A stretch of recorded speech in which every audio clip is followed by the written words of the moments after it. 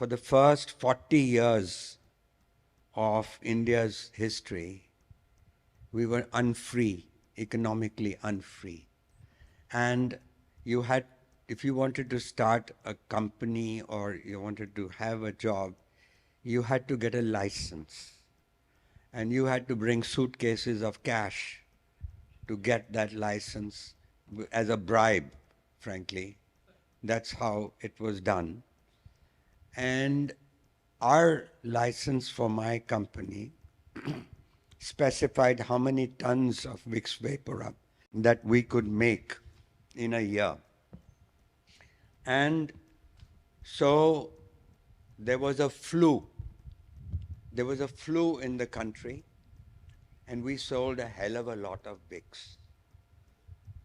We ended up selling in the whole, Vicks was sold in 135 countries, made by an American company, actually. We were celebrating. We had had a great year, record profits, record sales.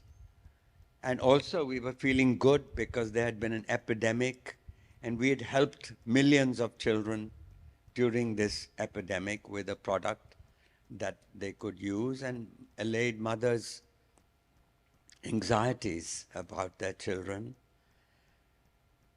And that day we are celebrating, the company lawyer gives me a summons which has come from Delhi.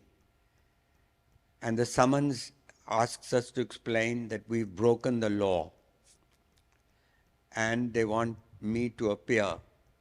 So I go with two lawyers. I go to Delhi and the official, the joint secretary in the government who has called me, he keeps us waiting for 2 hours and then he calls us in and he's reading the newspaper. And we sit down and he's still reading the newspaper. And finally, he decides to put his newspaper down and he says, "Kya?" And I said, "Look, sir, you have given us this summons, so I should ask you, kya?" And then he doesn't like my answer. And so I explained to him that there was an epidemic in the country. We did our duty to keep the stocks in the pharmacies and chemist shops stocked with our product. And this was the result why we exceeded our licensed capacity. And he thunders back, "But you broke the law." I said, "Yes, but I thought we were doing something good, producing for the country." And I think he must have been a real leftist, or he hated business. He said, "Look, you guys in private sector, you're all crooks. And I want to, especially in multinational companies, and I want to make an example of you, of your company. So now the law will take its own course. So jao." So he wants us to leave. And at the door, I turn around and I don't know what got into me. Maybe it's that Nahi Kumar.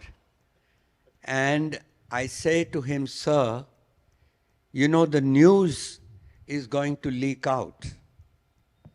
It's going to leak out and we are an American multinational and it'll appear in New York Times, Washington Post, London and Times of India. And it will say that it's not every day that a multinational executive goes to jail. So the story will be that here was a company, there was a flu in the epidemic, and this company produced something that was useful for the people. And for that, the country has rewarded this person. The government has sent him to jail. How do you think our country is going to look in the eyes of the world? How do you think our Prime Minister, this is Indira Gandhi was the Prime Minister, how do you think our Prime Minister is going to look? And I'll say, how do you think you will look? Who's recommending sending me to jail for 3 years? It was a 3-year sentence, by the way. But the government had the discretion to reduce it. But this guy is not. And then he says, are you threatening me? I said, no.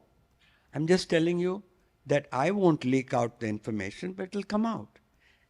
And don't you think that this is a lunatic law that has this kind of consequence? What kind of government are we living in? He says, Jao. And so I go out and the lawyers are shivering and they are angry with me. They said, you should have begged for mercy at his feet. And what did you do? You defying him? Anyway, I was scared. I had sleepless nights after that. But the government quietly dropped the inquiry. We lived for 40 years under the most lunatic. It's really, I talked about temporary insanity. This temporary insanity lasted for 40 years, from 1950 to 1991.